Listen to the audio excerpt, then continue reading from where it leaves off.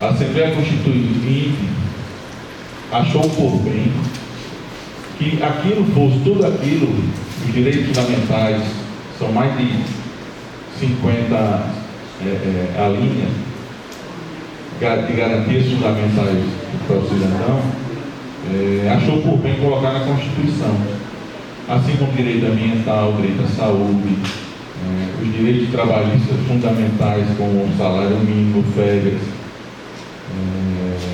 adicionar para a atividade insalubre ou periculosa. Então a gente teve uma abrangência, uma Constituição muito abrangente, que até hoje nos protege, e naquele momento nós tivemos força, na correlação de forças, nós conseguimos emplacar isso na Constituição. Tá? Eu vou tentar trazer para vocês alguns pontos, demonstrando o que aconteceu após 88. Muitos de vocês já devem saber, mas vamos fazer um trabalho para rememorar o que nós estamos perdendo. Porque nós perdemos há 20 anos, e muitos mais novos, mais recentes, não entendem como isso como perda, porque não fazia parte do patrimônio dele. Ele entrou em uma situação que ele hoje não tem mais, então ele não perdeu. Mas no processo, quando você analisa de forma lato sensu, o conjunto dos servidores vem perdendo garantias e direitos ao longo da história. Tá bom?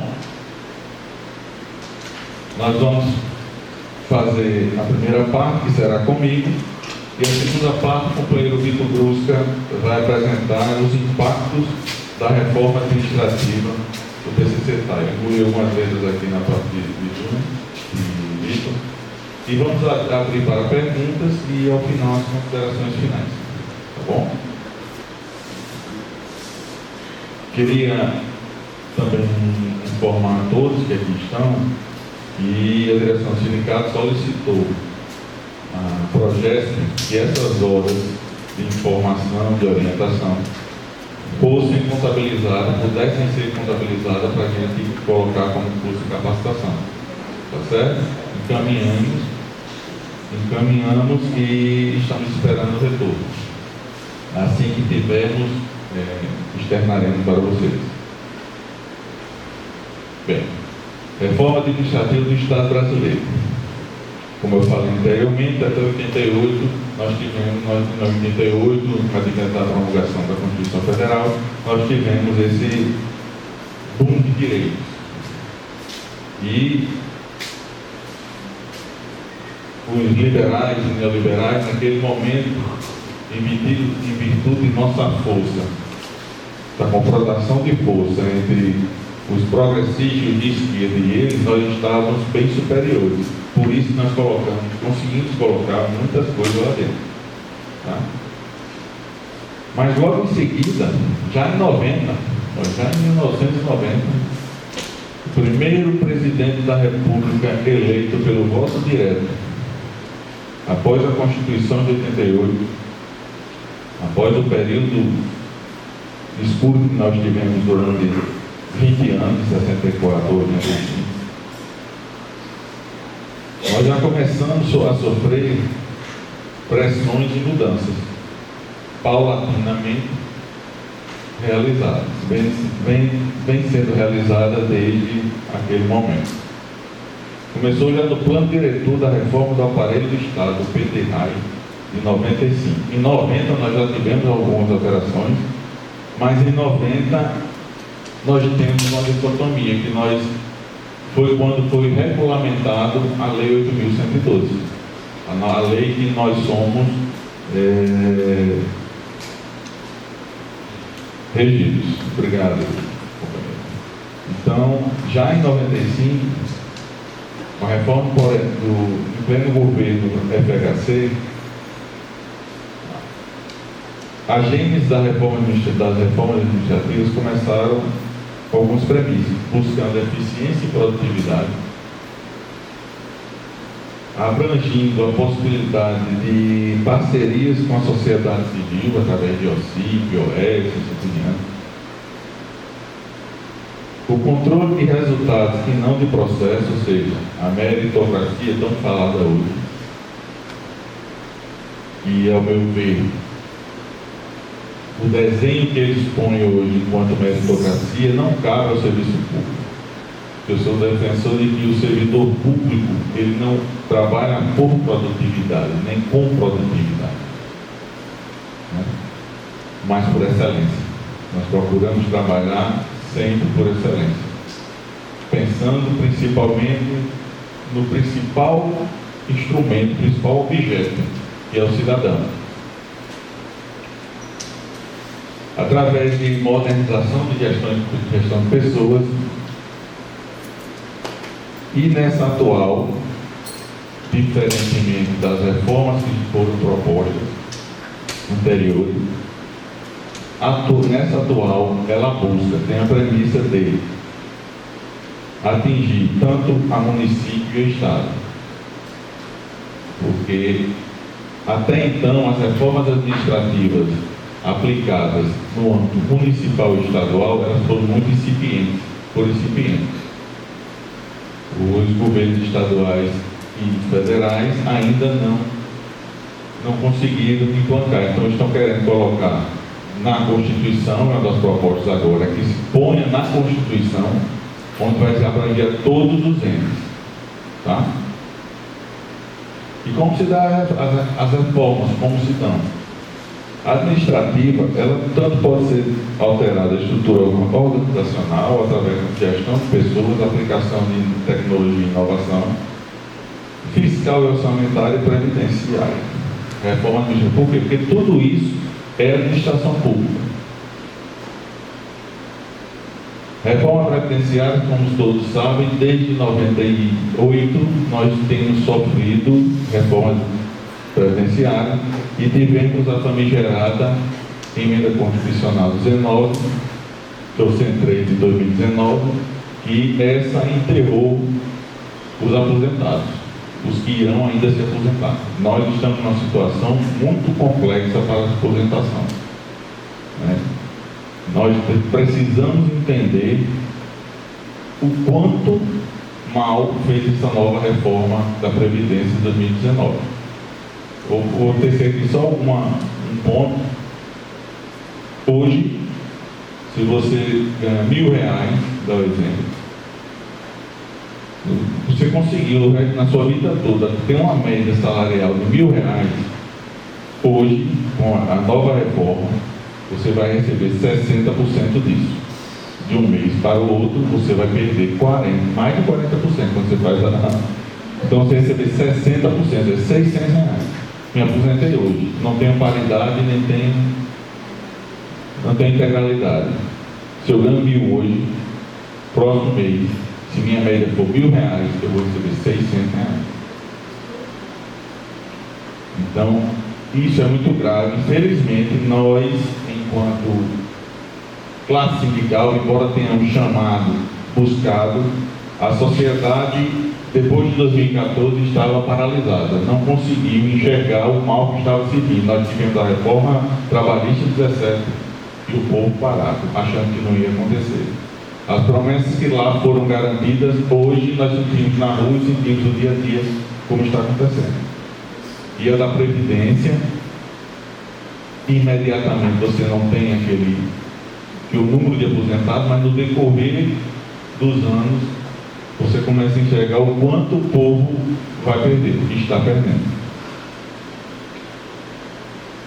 Aqui são algumas medidas que podem ser aplicadas, já são costumeiramente feitas, como a questão de mudança de regras de contratação, uma avaliação que eu acho que Vitor vai entrar nesse ponto aqui, né? Então, através da estrutura organizacional, com definição do tamanho da função do Ministério, Secretarias, essa estrutura organizacional, a gente tem normalmente, todo governo, quando entra um sai outro, diz que a anterior teve ministério de mais, um ministério de menos, eles ficam utilizando. Em 90 nós tivemos extinção de órgãos. Quantos colegas nossos não ficaram em indisponibilidade, né? Fiscal e orçamentários, nós sofremos todos os anos, principalmente com a instituição, primeiramente do teto de gasto, que sufoca todo o orçamento voltado à atenção pública, à sociedade. E agora, mais recentemente, a partir de 2023, me ajuda aí, chega, faltou. Hoje eu até explicar como é que foi, agora é o que agora? O arcabouço fiscal. Então, esse arcabouço fiscal já há estudos que, a partir de 2027, se não houver mudança no piso da educação e da saúde, se não acabar com a desvinculação, não será cumprido. Não terá como cumprir. Se não houver mudança na estrutura hoje financeira e sanitária do Estado, uma regra do arcabouço fiscal, se mantido o arcabouço fiscal, não terá como garantir os repasses constitucionais para a saúde e para a educação.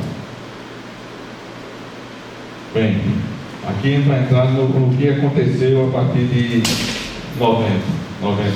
85 a 90. Já após a Constituição do governo, desculpe, em 88 nós tivemos a Constituição Federal, que gerou um impacto no Estado e uma busca de diminuição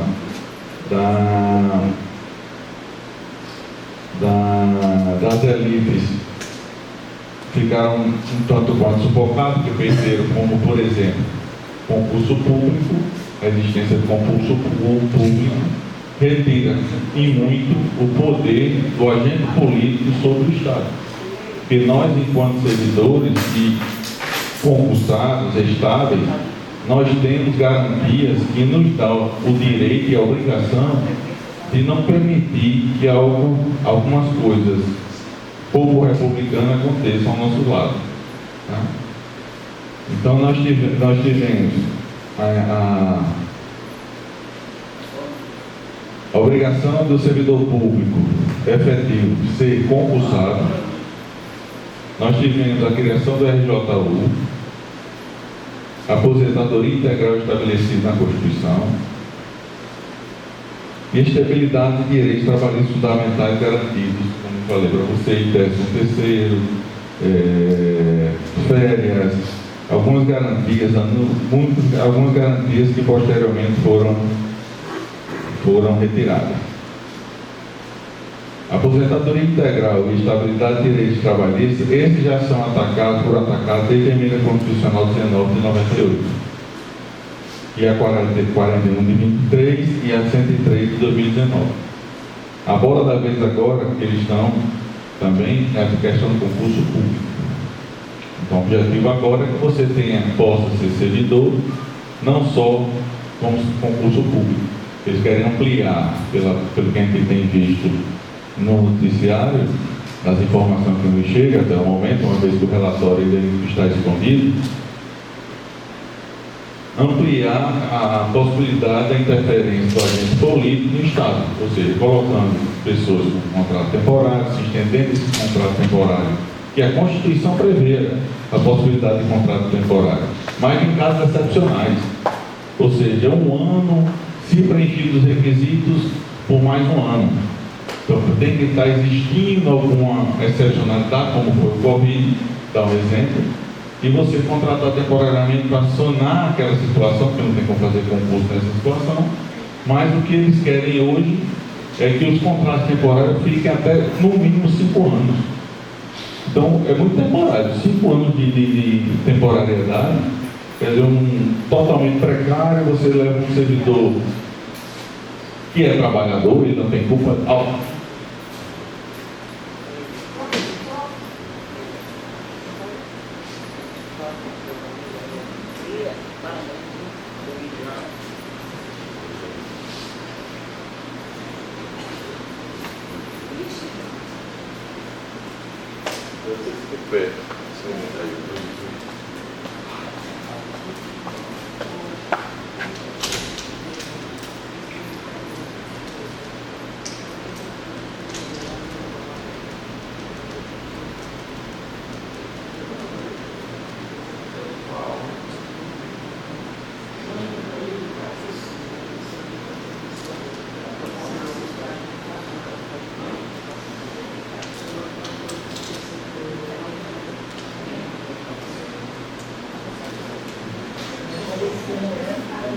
nosso técnico. Dá para ouvir aqui?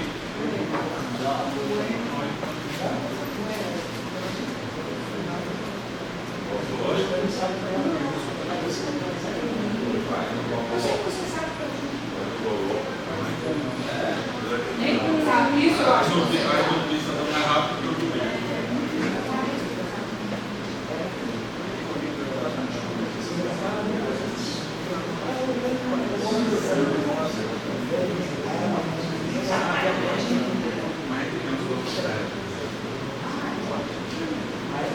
Pessoal, vocês conseguem me ouvir? Eu vou aqui tentar dar vamos chegar mais perto.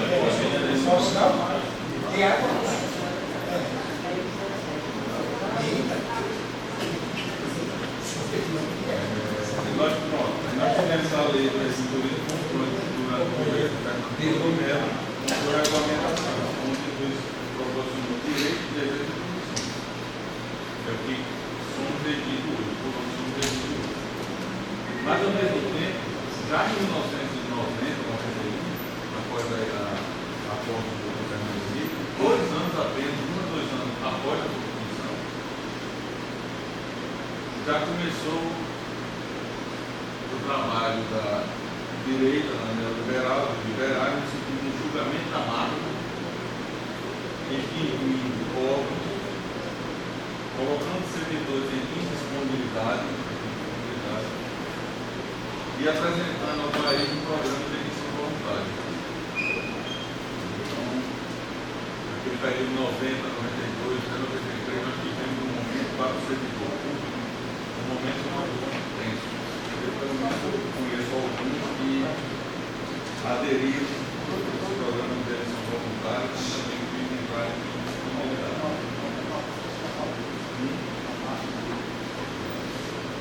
Já no governo Fernando Henrique Cardoso, em 95 a 2002, nós tivemos reforma administrativa e também reforma previdenciária, a quais, mais uma vez, quem sempre sofre o trabalhador do cidadão brasileiro. Então, na reforma administrativa de 98, nós tivemos inicialmente o mote dos princípios da eficiência. E até então não fazia parte do direito brasileiro, que foi incluído em um Estado constitucional, inserindo todo o processo administrativo. Teve ataque à estabilidade a partir do momento que os servidores públicos passam a ter Estado, conforme havia previsão na Constituição Federal de 88, se dava com 2 anos, após 2 anos de efetivo exercício. Já em 98, eles alteram na Constituição Federal para 3 anos. E a possibilidade de perda de cargos, exatamente através do partido de desempenho em virtude do princípio da eficiência. Do outro lado, além da parte administrativa, tivemos a reforma previdenciária. Isso também é um modo para reduzir custos e aumentar sua capacidade de investimento. Infelizmente, essa capacidade de investimento não é voltada para o cidadão na sociedade. Ao final, vocês me responderam isso. Então, já lá na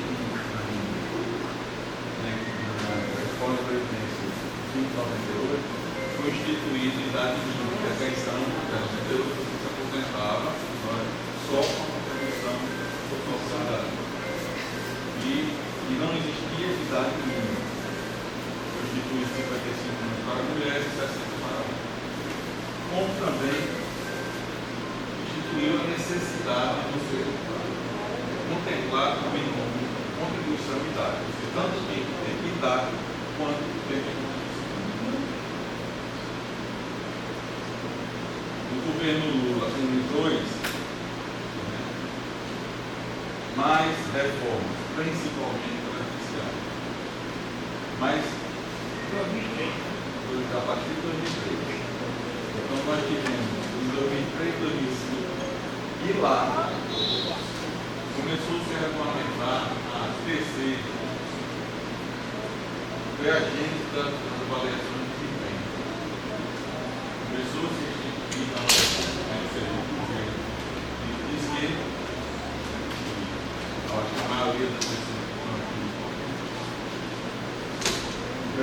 causado dele, mas que não deixe de tirar direito dos seus dois.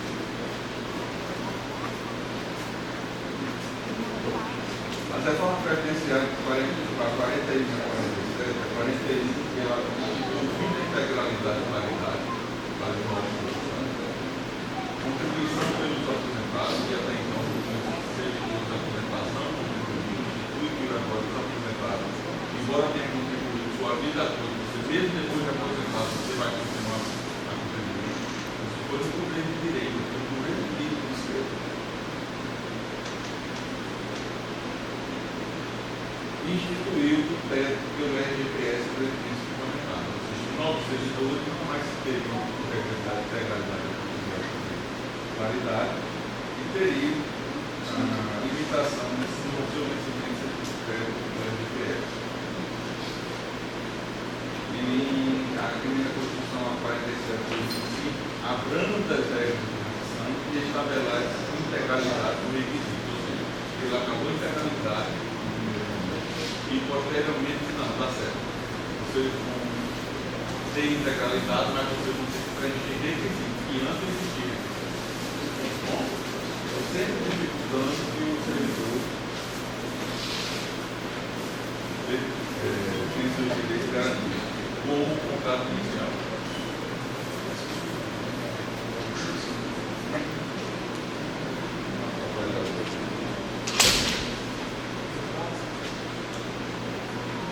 No governo Dilma, de 2011 a 2016, mais emendas nós tivemos no funcionário. Ela estabelece a integralidade por invalidez da energia constitucional anterior, que tinha acabado a aposentadoria por invalidez ser integral. Então, ela restitui esse direito ao servidor e, ao se aposentar, invalidez tivesse retornar a sua integralidade, dada a dificuldade que todo aposentado tem, pensar por invalidez. Né? E foi criada a FUNPRESP. Naquele momento, foi estabelecida a possibilidade da criação da FUNPRESP, que é o Fundo de Previdência capitalizado e administrado pelo governo. Aí chegamos no governo Jair Bolsonaro, em 2022, nós sofremos inicialmente fomos atacados com a questão da PEC 32, que alteraria novos vínculos, a estabilidade restrita apenas a cargo de Estado, ou seja, nós meros servidores de educação não teríamos mais essa estabilidade. Essa estabilidade seria apenas para juízes, servidores da Receita Federal, jornalistas e assim por diante. Uma avaliação mais rígida e flexibilização de benefícios e progressões nos planos de carreira. Essa avaliação de desempenho mais rígida, ela perde o caráter, muda totalmente o caráter que hoje nós temos enquanto essa avaliação na universidade. Nós temos hoje conseguimos muita luta, uma avaliação de desempenho tridimensional naquele momento. Então, hoje nós somos avaliados pelo diretor, pelo nosso pai, e nos avaliamos. A partir daí, gera-se um índice que vai oferir, de acordo com a tabela, o seu desempenho. Diferentemente do que tem hoje, e isso aí eu acho complicado. Não vai dar isso já tem que ser debatido essa questão. E tivemos a famigerada emenda constitucional 103 de 2019, onde elevou a idade mínima de 62 anos para mulheres e 65 para homens. Alterou o cálculo proporcional à média da renda, como eu falei anteriormente, aqui de 75. Reduz a pensão comum, ou seja, parece brincadeira, mas é trágico. Hoje a viúva tem que você que acaba se aposentando antes, porque ligou, porque se ele morrer depois da viúva, ou é o inverso, a esposa hoje está torcendo para o cabo morra, para ver se ele tem uma alterada a pensão dele por dentro. É exatamente isso. Se você está aposentando hoje, certo? Já tem os requisitos, mas não prefere trabalhar, o seu benefício vai ser melhor do que se você estiver trabalhando. Ou melhor, você teria aposentadoria do que você esperar, do que você morrer e deixar o benefício para frente. Porque ainda é pior a situação. E o fim das aposentadorias por exposição à condição de saúde é perigosa. Nós, servidores dos hospitais universitários, nós teremos aposentadoria com 25 anos. Hoje, esse tempo independe. Então, eu posso trabalhar 200 anos, a exposição é a mesma, não existe mais aposentadoria especial. Então, se não tivesse ainda a regra de transição, ela te impõe ainda você fazer uma somatória de 86 pontos. Aí vai depender, se você entrou muito tarde no mercado, na atividade, sua idade é mais avançada, até pode ser que, porque vai ser sua idade já é um requisito bom e mais 25 anos, possa ser que você atinja de forma mais antecipada, mas caso contrário, mas qual o risco da reforma administrativa? Nós temos o risco ao servidor e temos o risco que a sociedade em geral vai ter. Quanto aos servidores, o que é que nós podemos sofrer com essa reforma administrativa que está sendo costurada no Congresso Nacional? Achatamento salarial, vínculo precarizado, avaliação de desempenho de forma unilateral, que isso você já consegue ver, que o próprio PGT pode ser critério de avaliação de desempenho direto, critério objetivo, certo? Falta de diálogo, a ocorrência de vários vínculos dentro da universidade, CLT como servidor público direto da universidade, regime jurídico e ainda o CLT via terceirização. Então imagine um ambiente organizacional do trabalho com 3 tipos de vínculos existindo dentro da universidade. O bolsista a gente dá o aprendizado. Agora, o risco grave disso volta a se restabelecer, que é um aparelhamento político de falta de meritocracia. O que existia até 1988 está configurado para voltar a se restabelecer. E a gente começou a passar exatamente passar isso. Agora vem de cima para baixo, ou seja, o Estado vai dar obrigatoriedade ao município ou ao Estado implantar a reforma administrativa, no jeito da reforma administrativa, das exigências. E um prejuízo à sociedade em geral, que é a precarização do serviço, para a dificuldade do Estado, o aumento de taxa do nuvem, que é a rotatividade de servidores dentro da instituição. E nós sabemos que quanto mais tempo você está numa instituição, a sua curva de aprendizado do servidor público, ela é um tanto quanto alta. Quando você começar a chegar na curva de aprendizado, você vai começar a decair, porque vai sair todo mundo que chegou lá.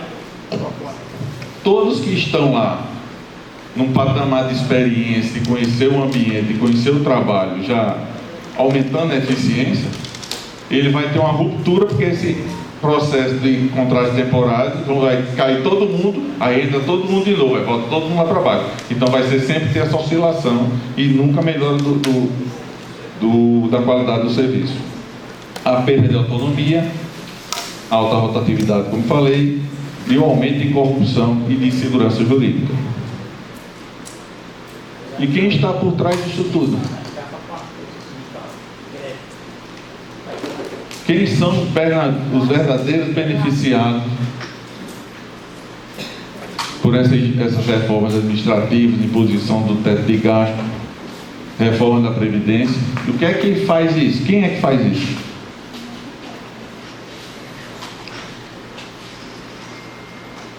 juros de amortização da dívida consome 42% de todo o produto interno bruto. O que é produto interno bruto? É toda a riqueza que nós, trabalhadores, produzimos. Então, de tudo que nós, de 4 trilhões 648 bilhões, 42% vai para o mercado financeiro. Nós temos um investimento apenas de 21% na Previdência, e é uma gravidade que nós precisamos aumentar esse investimento também em Previdência, porque nós temos uma sociedade que está envelhecendo e, em contrapartida, o Estado e o mercado brasileiro querem que diminua o investimento em Previdência Social, onde não contabilizam no Brasil, no orçamento, não se contabiliza. A nossa contribuição, ela não vai contabilizada como crédito da Previdência. PIS, COFINS, são todos, se você for lá no pé da letra, elas são contribuições sociais. Contribuição social deve ir para dentro do corte da Previdência. Mas esse repasse não vai para a Previdência, entra no orçamento geral e, no final de tudo, 21% apenas é gasto na Previdência. Aí vem assistência social, 5,9%, saúde, 4%. Nós estamos muito abaixo do que os países médios da OCDE aplicam em saúde.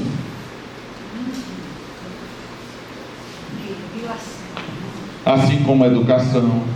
Então, vamos pensar e vamos raciocinar quem são os verdadeiros beneficiados dessas reformas. O que vamos fazer? Esse é um momento extremamente... Nós precisamos assumir a condição de multiplicador de informação. Nós temos hoje uma sociedade que tem uma preocupação muito grande na rede digital, mas um movimento de luta que é onde o político, onde a classe política sente que é um movimento de rua, nós estamos deixando a desejar. Nós precisamos, não que não seja importante a mídia social, muito importante, mas nós não podemos deixar a carga apenas da mídia social esse movimento. Nós precisamos também fazer parte na rua. Sob o disfarce da eficiência, a reforma ameaça transformação do serviço público em balcão de interesse político, onde a estabilidade dá lugar ao medo e a meritocracia vira pretexto para demitir quem se recusa a se curvar ao jogo da iniciativa privada. Então, eu deixo essa frase aqui com vocês para que a gente reflita. Muito obrigado a todos.